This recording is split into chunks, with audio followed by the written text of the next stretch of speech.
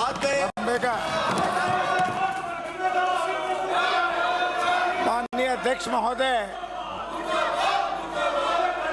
ये जो तमाशा हो रहा है ये अपने भ्रष्टाचार को छुपाने का इनका तरीका है। आपसे फिर बेगानी शादी में अब्दुल्ला दीवाना के मुद्दे पर विपक्ष का नेता भी बोलने वाला है, डॉक्टर किरोड़ी बोलने वाले जो बातें सदन के आपके विपक्ष सदस्य भी हैं, वो अपनी बात यहाँ से भी कह सकते हैं। ये उत्तर देंगे 4 बजे केवल इसलिए ये आप गलत कार्य के भागीदार हो रहे हो। बिना सीटों पे अध्यक्ष महोदय, सामने नजर आ रही है।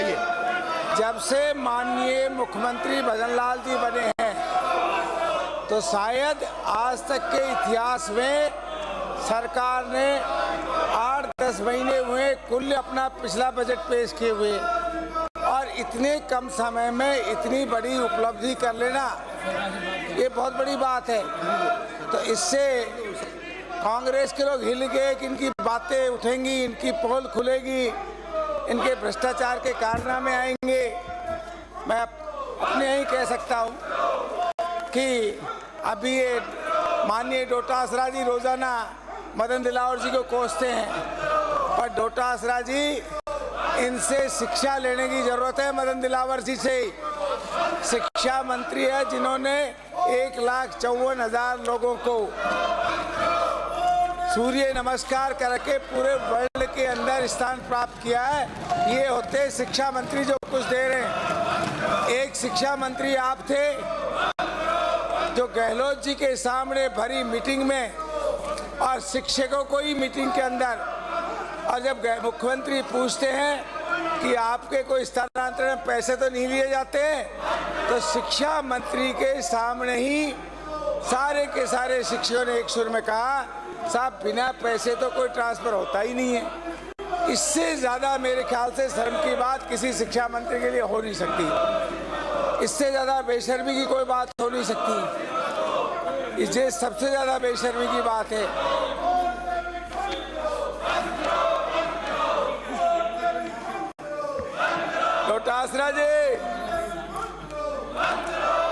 डोटासरा जी सुनने की बात है।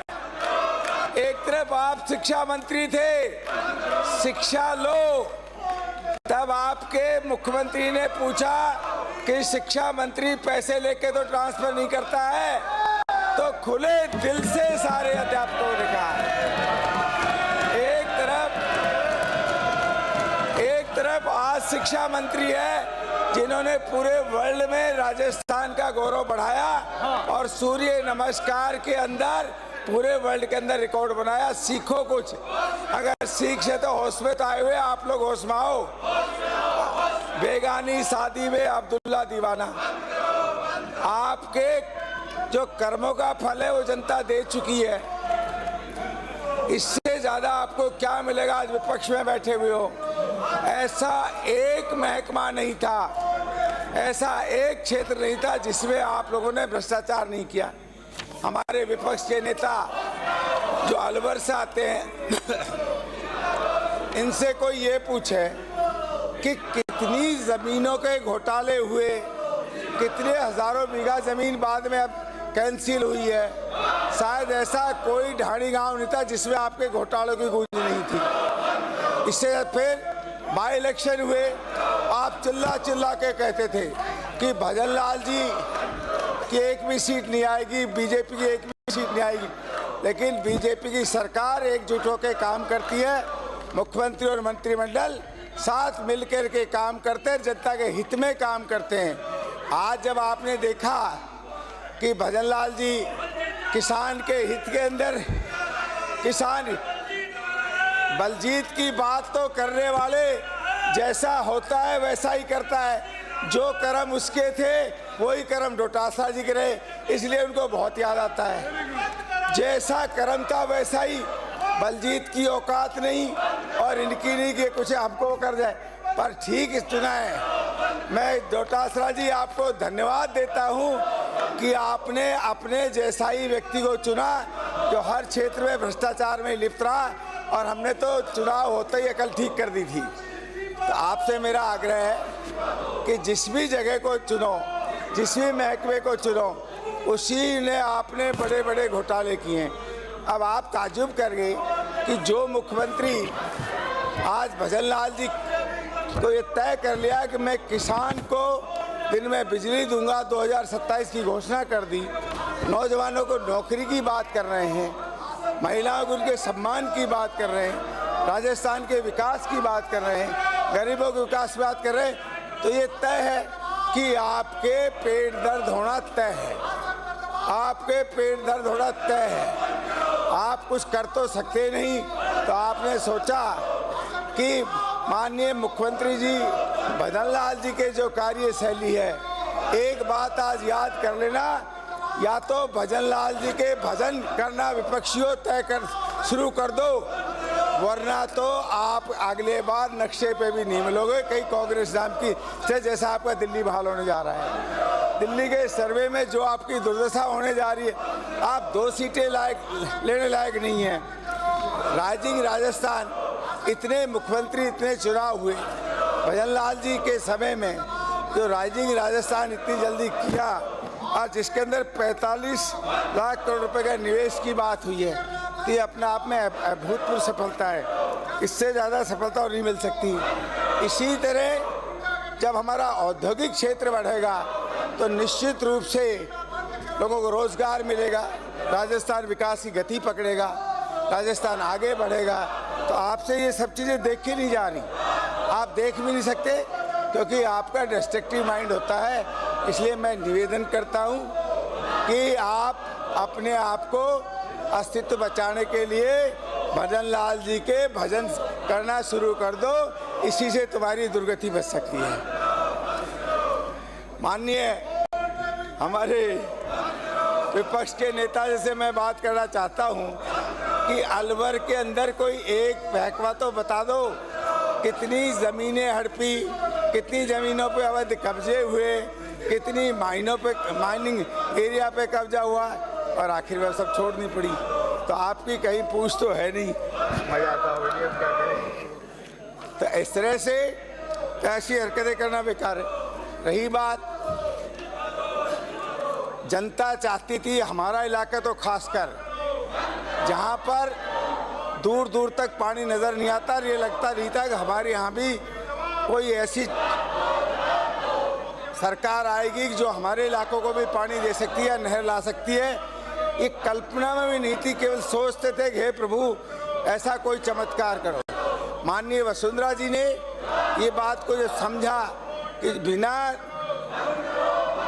कैनाल के लोगों का गुजारा नहीं हो सकता, पीने का पानी नहीं मिल सकता, सिंचाई का पानी नहीं मिल सकता, तो उन्होंने ईस्टर्न कैनाल की जो रचना रची और उसको आप लोगों ने 5 साल तक जो बर्बाद किया, 5 साल तक जो आपने तबाह किया, इधर उधर की बातें करते रहे। आप नहीं चाहते थे कि इलाकों को पानी अच्छा मिले, आप नहीं चाहते थे कि किसान आगे बढ़े, आप नहीं चाहते थे कि क्षेत्र में खुशहाली आए। तो आप लोगों ने पूरे 5 साल बेकार कर दिए। और मान लिए भजन लाल जी आए, आते ही पूरे 10 महीने भी नहीं हुए, आप देखिए इतनी जल्दी कोई दुनिया का मुख्यमंत्री इतना बड़ा काम नहीं कर सकता जो मान लिए भजन लाल जी ने किया। और बेगानी शादी में अब्दुल्ला दीवाना, कोई तारो लेनो ना देनो ना। किरोड़ी लाल खुद सक्षम है, अपनी बात कह सकते हैं, एमएलए है, ये तो है नहीं कि वो हाउस के मेंबर नहीं है। पर ये कहो कि साहब हमारे घोटाले खोलने से पहले इस्तीफा दो, तब तो कुछ जम जाए। यार प्रमाणित चीजें आपका मुख्यमंत्री कह रहा है, जो लोग आपकी पार्टी गए इनमें कई तो एमएलए बड़े खड़े हुए हैं, और इसमें मुख्यमंत्री कह रहा है 10-10 करोड़ रुपए लेके चले गए। इससे बड़ा आप लोगों में क्या कलंक लग सकता है? अब तो कुछ शर्म तो कर लो, कहीं तो आप लोगों को शर्म आनी चाहिए। आपसे फिर मैं निवेदन करता हूं कि जितना आपने किरोड़ी की बात सुनेंगे, जब आप भ्रष्टाचारी लोग बैठ जाएंगे, आपके अंदर कुछ अकल सीखो कि किस बात पे हल्ला मचा रहे।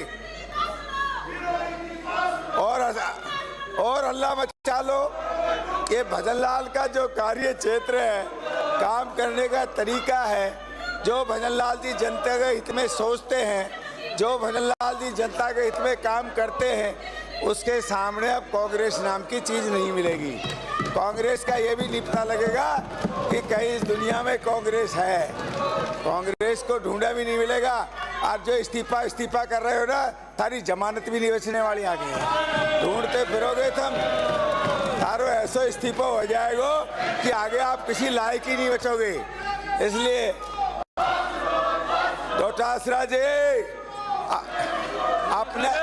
डोटासरा जी अपने जैसे कर्म मत सिखाओ। बोला साहब 5-6 सीटों में से सारी सीटें कांग्रेस की आएगी। ये तो एक गलती से जीत गए, नहीं तो थारी जमानत भी नहीं बची। इससे ज्यादा थारी दुर्गति क्या होगी? कुछ तो शर्म कर लो।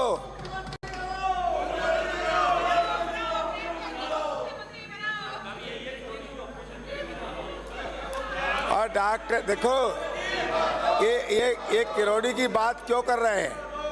ये डोटासरा जूली किरोड़ी की बात इसलिए कर रहे हैं कि कहीं किरोड़ी हमारी भी पोल ना खोल दे। नहीं, इनका क्या लेना देना? बीजेपी का सदस्य, बीजेपी का मंत्री, पार्टी अपना आप करेगी जो करेगी, हम कहाँ से बीच में आ गए? इसलिए कुछ तो शर्म कर लो, कुछ तो शर्म रखो। खाली चिल्लाने से इतनी ऐसी सरकार अगले धारीवाल जी इस बोलो हाराते इस बार तो भजन लाल का मतलब है माननीय अभी 20 माननीय सदस्य अपना भाषण जारी रखें। हमको कतई रिटायर कर देगा जब आगे की बात सोची जाएगी। जो आदमी दिन और रात जनता के हित में जी रहा है, जनता की सोच रहा है, जनता के लिए काम कर रहा है, नौजवानों के लिए काम कर रहा है, नौजवानों के भविष्य के लिए काम कर रहा है, किसानों के लिए काम कर रहा है, ऐसे व्यक्ति की इस्तीफा दो। ये थारा हमने कह दिया इस्तीफा दो।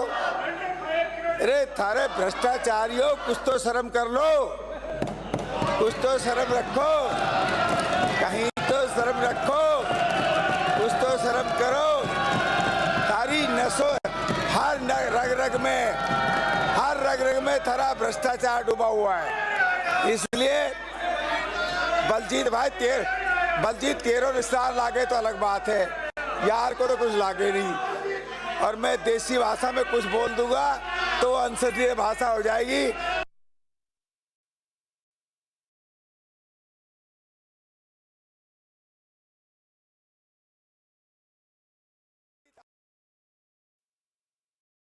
चोर मौशेरा का भाई मौशेरा, जो चोर है वो डोटासरा, जो डोटासरा है वो बलजीत है। एक सिक्के के दो पहलू हैं। हर क्षेत्र में इस आदमी ने, यार इससे मेरे ख्याल से जिंदगी में ऐसी बेशर्मी मैंने नहीं देखी कि जो पूरा मुख्यमंत्री के सामने कह गया शिक्षा मंत्री चोर है। इससे बड़ा सर्टिफिकेट नहीं मिल सकता। आपको विपक्ष में बैठा दिया, इससे ज्यादा सर्टिफिकेट नहीं मिल सकता। अपने क्षेत्र के लिए नहीं कुछ कर पाए। गहलोत जी खुद आपके पूर्व मुख्यमंत्री जी चिल्ला के कह रहे, सचिन पायलट एक पढ़ा लिखा व्यक्ति था और कह रहे 10-10 करोड़ में मेरे सारे एमएलए खरीद ले गया। इससे ज्यादा शर्म की बात क्या होगी आप लोगों के लिए? अब यार सुनने तो रफीक साहब, अरे तानाशाही यूं ही चलेगी। तुम यूं ही चिल्लाते रहोगे, यूं ही चिल्लाते। तुम्हें तो नजर आ रहा है सामने भजन लाल जी का खूब पैसा चढ़ गया तुम्हारे दिमाग में कि भजन लाल जी का खूब पैसा चढ़ गया तुम्हारे दिमाग में कि जो मुख्यमंत्री 10 महीने में इतना कर सकता है वो 5 साल में तो तुम्हें। इसलिए आपको 5 साल देखने को मिलेगा। और एक बात सुन लो, हम कह रहे हैं सरकार नहीं चलेगी, सरकार यूं ही चलेगी। और भजन लाल जी का डंडा, भजन लाल जी का राज तुमको ऐसा